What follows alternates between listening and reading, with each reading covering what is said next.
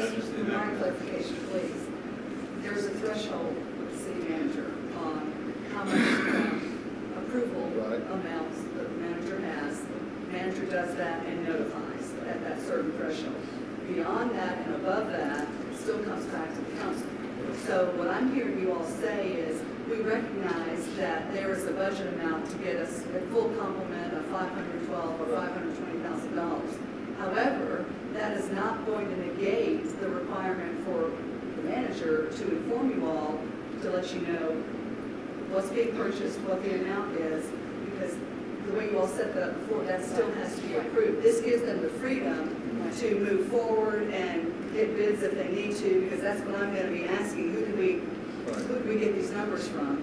And with what Councilman Madison has already said, there are others that are out there, so we want to be sure we're capturing everybody that can participate in these activities, whether they meet or beat the state or federal contract, or maybe they match it. From that standpoint, we need to look at all of that. So I just want to be sure. So the checks and balances are correct. That you're still going to be hearing from the city manager on all this, because I'm not hearing you giving me $512,000 of approval. Nope. Because I'm telling you, I don't want that. I don't want that. Do we ultimately end up with is notification between 10 and 50, and then above 50 is group? Well, anything above 10, you have to approve. I have up to 10, and I approve, but I still notify you all so that if there's a issue, you can let me know immediately. Sorry? You received over the last couple of days the ADP and payroll. Yeah. So as long as I'm clear with what I just said, I want to be sure. I'm proceeding on what you all did about 3 weeks ago. Yeah. But Gary, is the advantage if we go ahead and approve the 512 rather than just the 208? It kind of speeds up the process a little bit. We don't have to wait to another scheduled city council to approve the next chunk or something. Is that correct? Correct. The primary difference between the cheapest policy there is that we're still running on $200 computers. And it gets the job done now. It's not going to work more permanently. But as you go to the higher thresholds, and the city management says, we're ready to go ahead, we've got 5 new people coming 3 weeks from now, order now, so they'll be here a week from now, and we get the system built, so their first hour on the job is productive, as opposed to, we've got people coming tomorrow, let's go get funds approved, that'll take time. It's just that process of approval is a very precarious time right now. One last thing. What, on the drive, is there an inventory system? How do we know to make sure that we're tracking them? Everything is inventoried right now, and early on we went and bought you some inventory labels that are being applied on the equipment as it comes in. Are they Macs or Dells? Any difference? I mean, PCs or Macs? Are either one of them compatible? They're making me bring on Macs. I'm a Mac fan, but I mean, there's a slight mix in the city, thanks to the city managers. So there is an inventory control system that somebody has. There's inventory control. Tamper-proof. As every new person walks in, there should be a phone and a computer. And we record the serial number of both the phone and the computer. In the future, as cell phones get handed out, things of that nature, we're in charge of keeping track of that. They're signing on it. Their company is actually signing on that if they lose or break the system, they've got some responsibility for that. It is tracked, it's recorded, and they have their personal signature on that and other policies, except for these policies. All right. Well, Gary, we've seen what magic you can do with $200 computers. So we're going to ask you to do your magic again. Only this time, it's going to be the magic wand. See competitive bids. State contract is not always the cheapest mechanism. We realize that. So we have a very clear policy through finance and purchasing on how to accomplish that. Sometimes this stuff is having to happen so fast to date that we've got to going to Joe's computer shop and get a $200 computer so that somebody can work. Or make a few decisions of buying a few monitors and have them in stock. We've gotten so spooky tight to date that this is asking for, okay, can we procure the permanent equipment? Excellent. So I'm going to state my motion. Yes. I move on action item number 15 that we approve the purchase. We approve purchase of phase 1 startup. I'm going to reword that. We we'll have to read it verbatim, but then I change it if I want. Make those motion. Okay. We approved the purchase of IT hardware and software items for the city in the amount of $512,000, up to $512,000, noting the freedom to negotiate on behalf of the city for the residents of the city of Brookhaven. Benefit of the city, the residents of the city of Brookhaven. Second? Any discussion? All in favor of Councilman Gebbia motion, action item 15, please signify so by saying aye. Aye. All opposed? Madam Clerk, please read the minutes. All right, last action item. We're there, folks. Authorization to execute lease for municipal court space.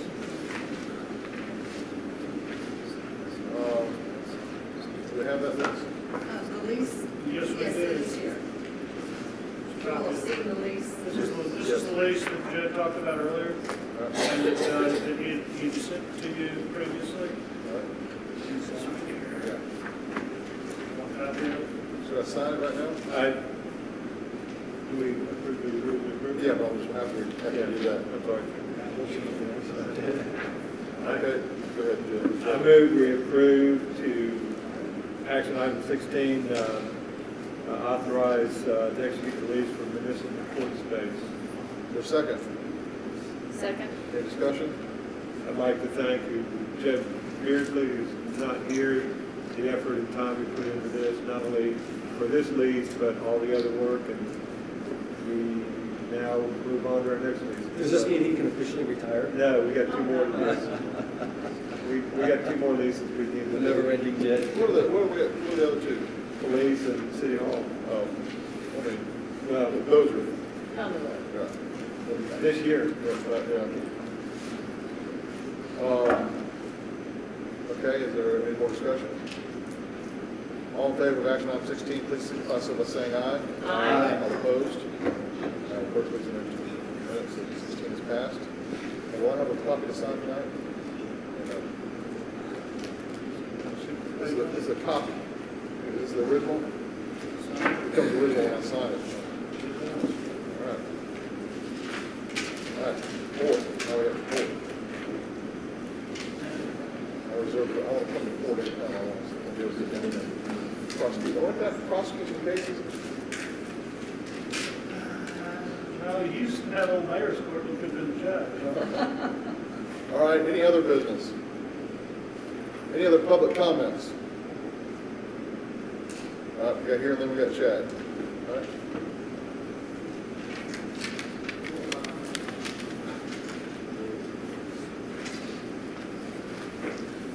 Mayor, City Council, good evening. I just wanted to introduce myself. I'm the COO of the Pink Pony, and I'm sorry that this became such a hot topic with you all. Never meant for it to be. A couple things that I'd like to say tonight. Would you give us your name? Michael Cap, KAP. All right. I've been a COO for 16 years. I operate that club and several others. I've been operating that clubs for 25 years. I've never had arrested at the Pink Pony for prostitution. I've never had a shooting at the Pink Pony. I drug screen and I also locker check the girls there. My management staff does. I breathalyze the girls every night and all the employees before they get on the streets so nobody gets hurt, employees or patrons. We run a clean club, 22 years in the cab. No problems. We're good corporate citizens. Ask the cab. For all the secondary effects that have been shown here tonight, we have studies that say different. We live in Atlanta. Prostitution, drugs, rape, turn on our local news stations. They're there every day. But I tell you what, they're not in the Pink Pony.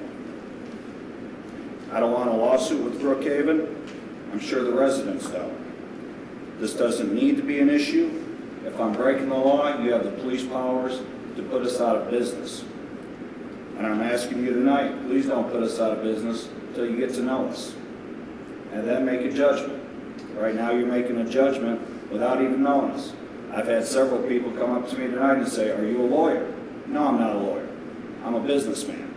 And I've been operating a clean club for 22 years. And I'd like to continue that. And I'm asking the council tonight to take that into consideration.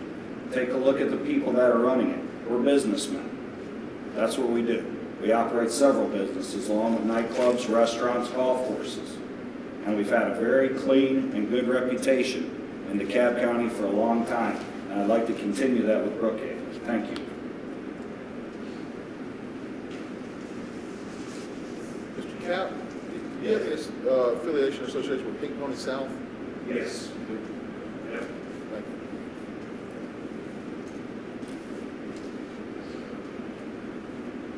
All right. And, Chad Bowles. You gotta have your little slip of paper. You guys must have known I was coming. I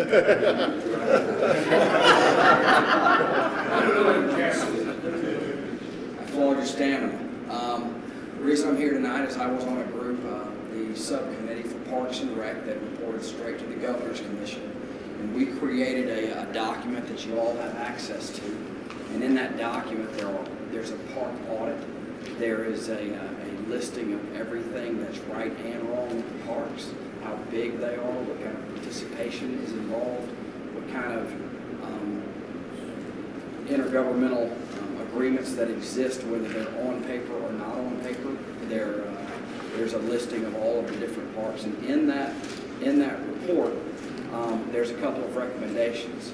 One of the first recommendations goes along with the CVI study, which we feel was the backbone of a lot of promises that were made. There's a $1.386 million annual budget that's included for parks.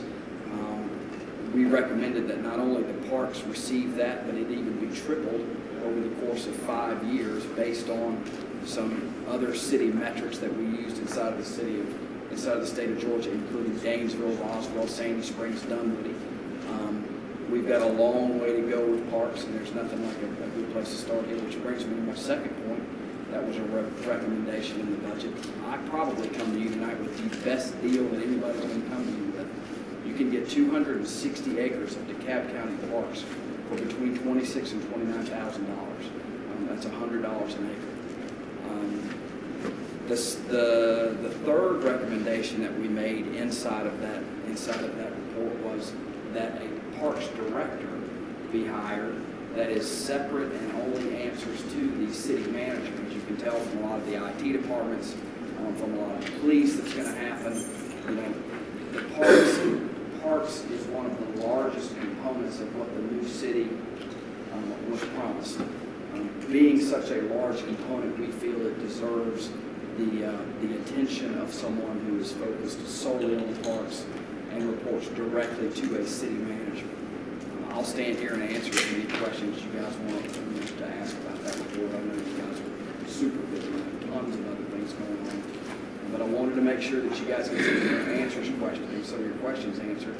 And then on a separate subject, I sent a couple of you guys emails about a 2006 parks bond that was issued by DeKalb County for $248 million. Of that $248 million, I can only speak for one small park in my neighborhood, but not a dime has been spent.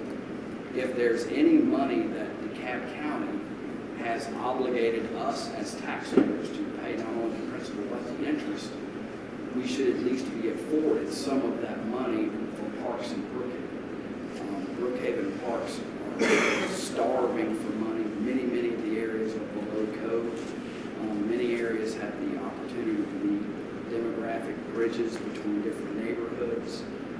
There's a lot of real potential there. And again, it's one of the promises that were made as part of the new city. And with that, I'll stand here and answer any questions you have. But I'd like to hear kind of where we are with parks.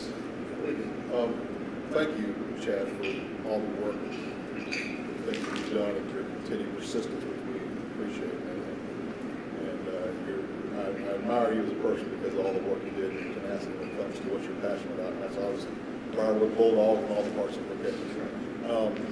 Some of what you said tonight, we had a work session. Karen Whitehead talked about having a parks director answerable to the city manager, and the parks bond. We had a little back and forth with that on one of Bill's attorneys on there. It's very clear that we want to make sure that if there is any money out there, we find it, we turn it over to Stone, parks bond money, to see if we can get a hold of it. So that's something there's clear direction, and that's what we're to be doing. That's what our staff is to be doing. We're on the same page there. And if you want to help any, or volunteer any time, help uncover that money or documenting how it was allocated or not allocated or what was promised at the time. Just All I call have Marie. is what I sent you guys in the email. Right, okay. Which is, it's, I'm not an attorney. I don't know how negotiations go. Right. And it seems to me that from a very large picture perspective, there's $248 million that was issued. It's in the prospectus. It's a bond that was issued. Yeah, I mean, I guess I'd like to see it, but it's my understanding that there was 150 in 2001 and 98 in 2006, and the majority of 2001 was spent before the 96, before the 2006 bonds were issued. So I guess, I don't disagree with you that the money was in a bond, and I'd like to see the perspective, but we're having trouble finding it. If you could help us, other than just the broad numbers, if you figure out where the money. I've already read it, seen it. It's a 230-page prospectus, like all bond But, issues. but does it list specific dollars to be spent for each of the parks? Well, that's again, from a big picture perspective, does it have to be listed? Is there a law that says it has to be appropriated and therefore it's No, it just helps. Well, sure it helps, but if there's not anything that exists like that, and even if there's just $96 million that was issued in 2006, and we have seen none of it inside 11 parks inside of Brookhaven, it would seem to me that a reasonable person can sit in a negotiation and at least request something more than zero. We did $1 million at Yeah, we did the girls' fields. There's another 95 and so. And we got And that's where I a stand. $500,000 after park for the rec center. Okay, so now you're at 1.5. No, we got But you. no, I mean, I understand what you're saying, and we're watching, for instance, our attorneys involved with Dunwood, and they're trying to get money, but they're going after a specific amount for Brook Run that was line item promised, Sure. and to the extent we can find those Completely numbers. understand that they're using an angle and a perspective and a strategy to go after money, but there's a lot of different blueprints for success, and the remarkable stamina and talent that I see here sitting in front of me leads me to believe that we can have our own strategy. Bill, who's the attorney you have on that? Was it Ivan or something? Lenny. There's an attorney working on this issue. Maybe we can put you in touch with him as well.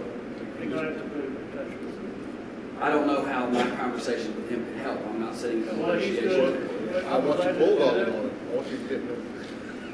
Come talk to me, and because we're trying to get information. Great, I'll be glad to forward anything that I can find. I can certainly find the prospectuses. Just a difference, give them a perspective about what way methods you can do to find. From the standpoint of the recommendations that were made in the park subcommittee, is that, how is the budget looking? Do you hire a parks director? Do you have a timeline for buying the parks?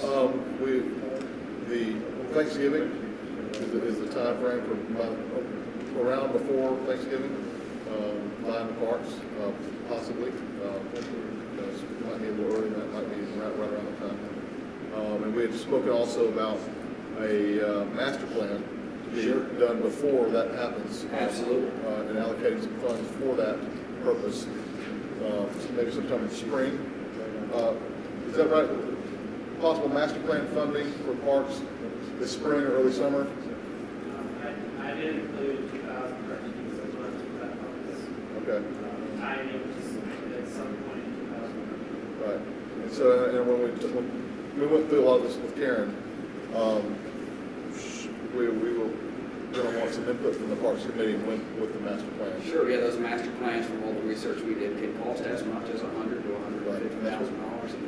And that almost seems like a project by itself, a task that needs to be headed by a parks director. That's a big piece. Right. So, Chad, just to speak to your concerns, I am wholeheartedly a believer that the parks are a true driver of the value of our city. We're tremendously blessed in the city of Brookhaven to have a large number of parks, a large amount of green space, and I am in full support of promoting all of those parks. We've got a dynamic situation in that, one, we don't have our budget firmed up yet. We are a brand new city, we don't have a concrete number on our revenues for this year.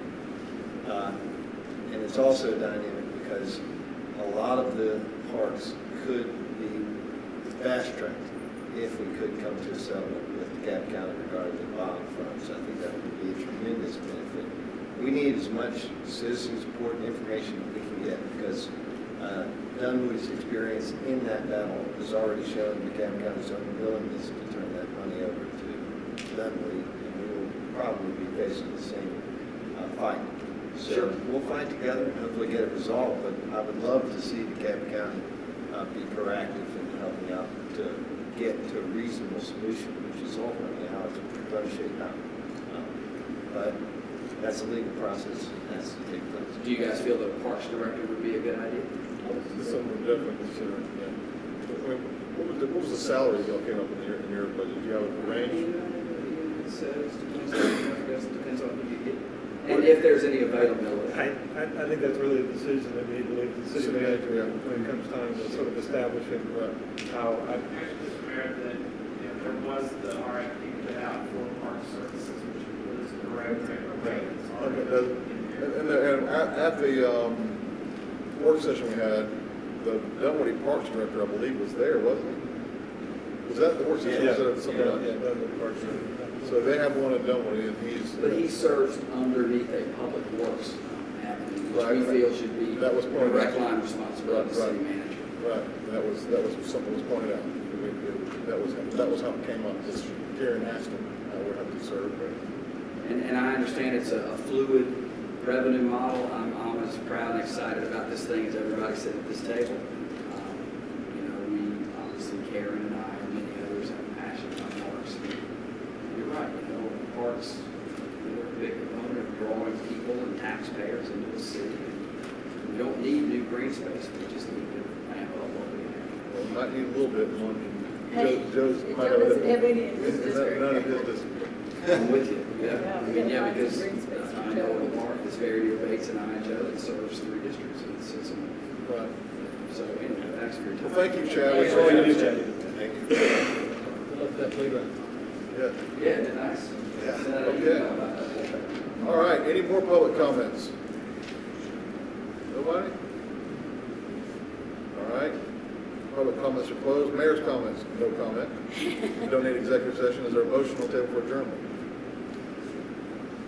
So moved. Second. Any discussion? All in favor of adjournment, please signify. All in favor of adjournment, please signify so by saying aye. Aye. All opposed? Yeah. That's nice. That's a nice little, No, but the guy in Scotland made it for me. Thank you for your courtesy and your. Thank you. Thank you.